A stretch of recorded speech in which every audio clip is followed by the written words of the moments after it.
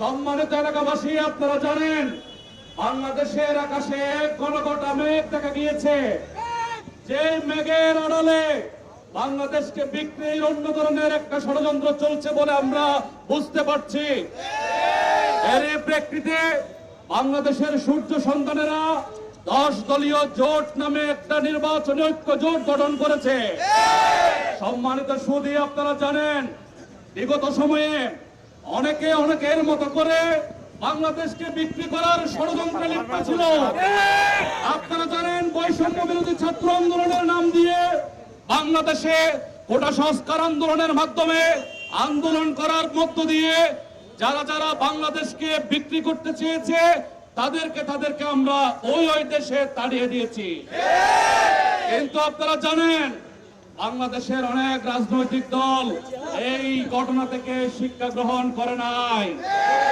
আপনারা জানেন মানুষ বারবার ঠকলেও শিখে না। ওই জায়গা থেকে 10 দলীয় জোটের পক্ষ থেকে 10 দলীয় জোটের যে প্রেক্ষাপট, ওই প্রেক্ষাপটটাকে আমরা আপনাদের সামনে আনতে চাই।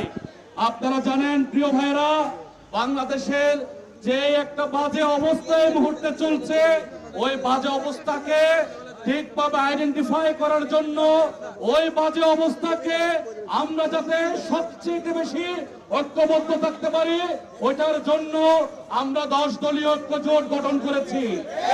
এই ঐক্য জোটের মাধ্যমে আমরা একটা কমন জিনিসকে নিজেদের একতার একটা প্রতীক হিসেবে ঘোষণা দিয়েছি। আপনারা কি জানেন কি সেই একতা? আমরা বলেছি সেটা হচ্ছে নির্বাচনী একতা। আপনারা জানেন যে কোন একটা ডেমোক্রেটিক কান্ট্রিতে সংসদ 2 ভাগে বিভক্ত হয়ে যায়। আপনারা জানেন যে কোন একটা গণতান্ত্রিক রাষ্ট্রে সরকার এমন ভাবে কাজ করে যাতে জনগণের উপর জুলুম করতে না পারে। ওই জায়গা থেকে 10 দলীয় জোটের যে প্রধান মোটো, যে প্রধান লক্ষ্য, সেটা হচ্ছে সামনের যে বাংলাদেশ, ওই বাংলাদেশে সরকার গঠন করা।